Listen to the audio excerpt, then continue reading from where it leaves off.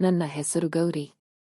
ನಾನು ನಮ್ಮ ಊರಿನ ಸೂರ್ಯಗೌಡರ ಮನೆಗೆ ಕೆಲಸಕ್ಕೆ ಹೋಗುವಾಗ ನಡೆದ ಒಂದು ಘಟನೆ ಬಗ್ಗೆ ನಿಮಗೆ ಹೇಳ್ತೀನಿ. ನಾನು ವರ್ಷಗಳಿಂದ ಅವರ ಮನೆಯಲ್ಲೇ ಕೆಲಸ ಮಾಡ್ತಿದ್ದೆ. ಗೌಡ್ರು ಸೂರ್ಯ ಮತ್ತು ಅವರ ಹೆಂಡತಿ ಲಕ್ಷ್ಮಿ ಅವರಿಗೆ ಮಕ್ಕಳಿರಲಿಲ್ಲ. ಅವರು ನಮ್ಮನ್ನೇ ತಮ್ಮ ಮಕ್ಕಳಂತೆ ನೋಡ್ತಿದ್ರು. ಇನ್ನು ಲಕ್ಷ್ಮಿ ನೋಡೋಕೆ ತುಂಬಾ ಸುಂದರ. ಉದ್ದ ಕೂದಲು, ನೋಡೋಕೆ ದೇವಲೋಕದ ರಂಬೆ ತರ ಇರ್ತಿದ್ಲು. ನಮ್ಮೂರಿನ ಜನರೆಲ್ಲ ಅವಳನ್ನ ಪಿಳಿಪಿಳಿ ಅಂತ ನೋಡ್ತಿದ್ರು. ಅವಳಿಗೂ ತನ್ನ ಸೌಂದರ್ಯದ ಬಗ್ಗೆ ಸ್ವಲ್ಪ ಹೆಮ್ಮೆ ಜಾಸ್ತಿನೇ ಇತ್ತು. ಮನೆ ತುಂಬಾ ಹಳೆ ಕಾಲದ್ದು. ತುಂಬಾ ಕೋಣೆಗಳು, ದನ ಕಟ್ಟೋ ಜಾಗ, ದೊಡ್ಡ ಅಂಗಳ ಎಲ್ಲ ಇತ್ತು. ಈ ಮನೆಯಲ್ಲಿ ಕೆಲಸಕ್ಕೆ ಇದ್ದ ಇನ್ನೊಬ್ಬ ಆಳು ನಮ್ಮ ಕಥೆಯ ನಾಯಕ. ಅವನ ಹೆಸರು ಆನಂದ.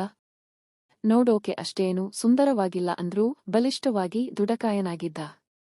ಆನಂದ ಕೆಲಸಕ್ಕೆ ಬರೋದಕ್ಕಿಂತ ಮುಂಚೆ ಲಕ್ಷ್ಮಿ ತನ್ನ ಗಂಡ ಸೂರ್ಯಗೌಡರಿಗೆ ತುಂಬಾ ಗೌರವ ಕೊಡ್ತಿದ್ಲು.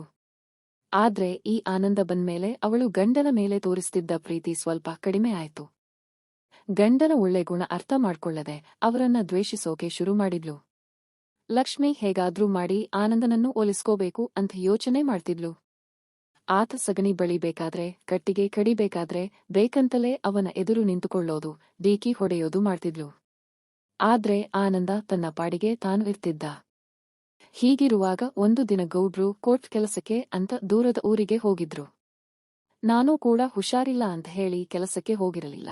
ಇದನ್ನೇ ಸರಿಯಾದ ಸಮಯ ಅಂತ ಯೋಚಿಸಿದ ಲಕ್ಷ್ಮಿ ಆನಂದನನ್ನು ಮನೆಯೊಳಗೆ ಕರೆದು ಒಂದು ಕೋಣೆಯನ್ನು ಸ್ವಚ್ಛ ಮಾಡು ಅಂತ ಹೇಳಿದ್ಲು. ಅವನು ಸರಿ ಅಂತ ಒಳಗೆ ಹೋದಾಗ ಲಕ್ಷ್ಮಿ, ನಾನು ಹೇಳಿದ ಹಾಗೆ ಕೇಳಬೇಕು, ಇಲ್ಲಾಂದ್ರೆ ನಿನ್ನ ಕತೆ ಬೇರೆ ಇರುತ್ತೆ. ಮನೆಯಲ್ಲಿ ಈಗ ಯಾರೂ ಇಲ್ಲ, ನನಗೆ ಆ ಕೆಲಸ ಮಾಡಬೇಕು ಅಂತ ಎನಿಸುತ್ತಿದೆ, ನೀನು ನನಗೆ ಸಹಾಯ ಮಾಡು ಅಂತ ಹೇಳಿದ್ಲು. ಆನಂದ ಆಗಲ್ಲ ಅಂತ ವಾದಿಸಿದ.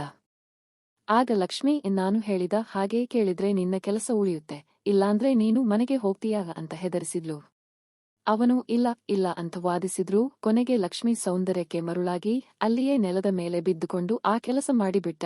ಹಲವು ವರ್ಷಗಳಿಂದ ಆಗದ ಕೆಲಸವನ್ನು ಅವನು ಆ ದಿನ ಮಾಡಿದ್ದ. ಅವನ ಕೆಲಸದ ವೈಖರಿ ನೋಡಿ ಅವಳಿಗೂ ಖುಷಿಯಾಯ್ತು. ಇದಾದ್ಮೇಲೆ ಚೆನ್ನಾಗಿ ಕೆಲಸ ಮಾಡ್ತಿದ್ದ ಆನಂದ ಒಣಕಲು ಕಡ್ಡಿಯಂತೆ ಆಗಿಬಿಟ್ಟ. ನಾನು ಏನಾಗಿದೆ ಅಂತ ಕೇಳಿದ್ರೂ ಏನೂ ಹೇಳ್ತಿರಲಿಲ್ಲ. ಆದ್ರೆ ದಿನದಿಂದ ದಿನಕ್ಕೆ ಯಜಮಾನಿ ಮುಖದಲ್ಲಿ ಕಳೆ ಬರ್ತಾ ಇದ್ರೆ ಆನಂದನ ಮುಖ ಬಾಳ್ತಾ ಹೋಗ್ತಿತ್ತು. ಆನಂದ ತುಂಬಾ ಸಣ್ಣ ಆಗಿದ್ದನ್ನ ನೋಡಿ ಒಂದು ಸಾರಿ ಗೌಡ್ರು ಆಸ್ಪತ್ರೆಗೆ ಹೋಗಿ ಬಾ, ಬೇಕಿದ್ರೆ ದುಡ್ಡು ಕೊಡ್ತೀನಿ ಅಂತ ಹೇಳಿದ್ರು. ಅದಕ್ಕೆ ಆನಂದ, ಏನಿಲ್ಲ ಯಜಮಾನ್ರೆ, ಸ್ವಲ್ಪ ಸಮಸ್ಯೆ ಇದೆ, ಅದು ದೂರವಾದ್ರೆ ಎಲ್ಲ ಸರಿ ಹೋಗುತ್ತೆ ಅಂತ ಹೇಳಿದ. ಆಮೇಲೆ ನಾನು ಅವನ ತಾಯಿಗೆ ಕೇಳಿದಾಗ ಅವನು ಚೆನ್ನಾಗಿದ್ದಾನೆ, ಇವಾಗ ಬೇರೆ ಕಡೆನೂ ದುಡಿಮೆಗೆ ಹೋಗ್ತಾನೆ ಅಂತ ಹೇಳಿದ್ದಾನೆ. ಅದಕ್ಕೆ ಜಾಸ್ತಿ ದುಡ್ಡು ಸಿಗುತ್ತಂತೆ. ಆದ್ರೆ ಅದೇನು ಅಂತ ಹೇಳಿಲ್ಲ ಅಂತ ಹೇಳಿ ಬೇಸರ ಮಾಡಿದ್ಲು. ಮರುದಿನ ನಾನು ಆನಂದನಿಗೆ ಎಲ್ಲಿ ಬೇರೆ ಕಡೆ ದುಡಿಯೋಕೆ ಹೋಗ್ತೀಯಾ ಅಂತ ಕೇಳಿದಾಗ ಅವನು ನಿನಗೆ ಯಾಕೆ ಬೇಕು ಅಂತ ಕಟ್ ಮಾಡಿ ಹೇಳಿಬಿಟ್ಟ. ಅವನ ನಡವಳಿಕೆ ನನಗೆ ಶಾಕ್ ಕೊಟ್ಟಿತ್ತು. ಅಲ್ದೆ ಇತ್ತೀಚೆಗೆ ಲಕ್ಷ್ಮಿ ಕೂಡ ಇವನನ್ನ ಜಾಸ್ತಿ ನೋಡ್ತಾ ಕೂರುವುದು, ನನ್ನ ಕೆಲಸಾನೂ ಅವನ ಕೈಯಲ್ಲಿ ಮಾಡಿಸೋದು ಮಾಡ್ತಿದ್ಲು. ಇದರಲ್ಲಿ ಏನೋ ವಿಷಯ ಇದೆ ಅಂತ ನನಗೆ ಗೊಂದಲ ಶುರುವಾಯ್ತು. ಹೀಗಿರುವಾಗ 2 ತಿಂಗಳಾದ್ಮೇಲೆ ಗೌಡ್ರು ಮತ್ತೆ ದೂರದ ಊರಿಗೆ ಹೊರಟು ಹೋದ್ರು.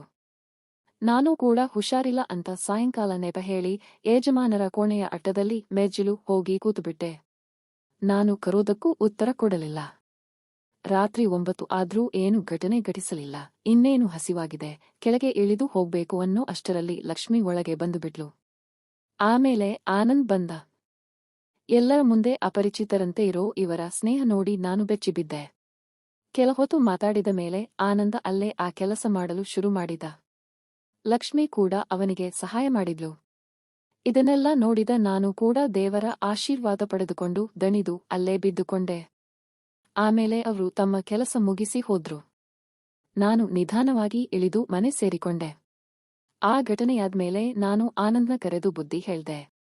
ಕೊನೆಗೆ ಅವನಿಗೆ ತನ್ನ ತಪ್ಪು ಅರಿವಾಗಿ ಸಿಟಿಗೆ ಪಟ್ಟಣಕ್ಕೆ ಹೋಗಿಬಿಟ್ಟ.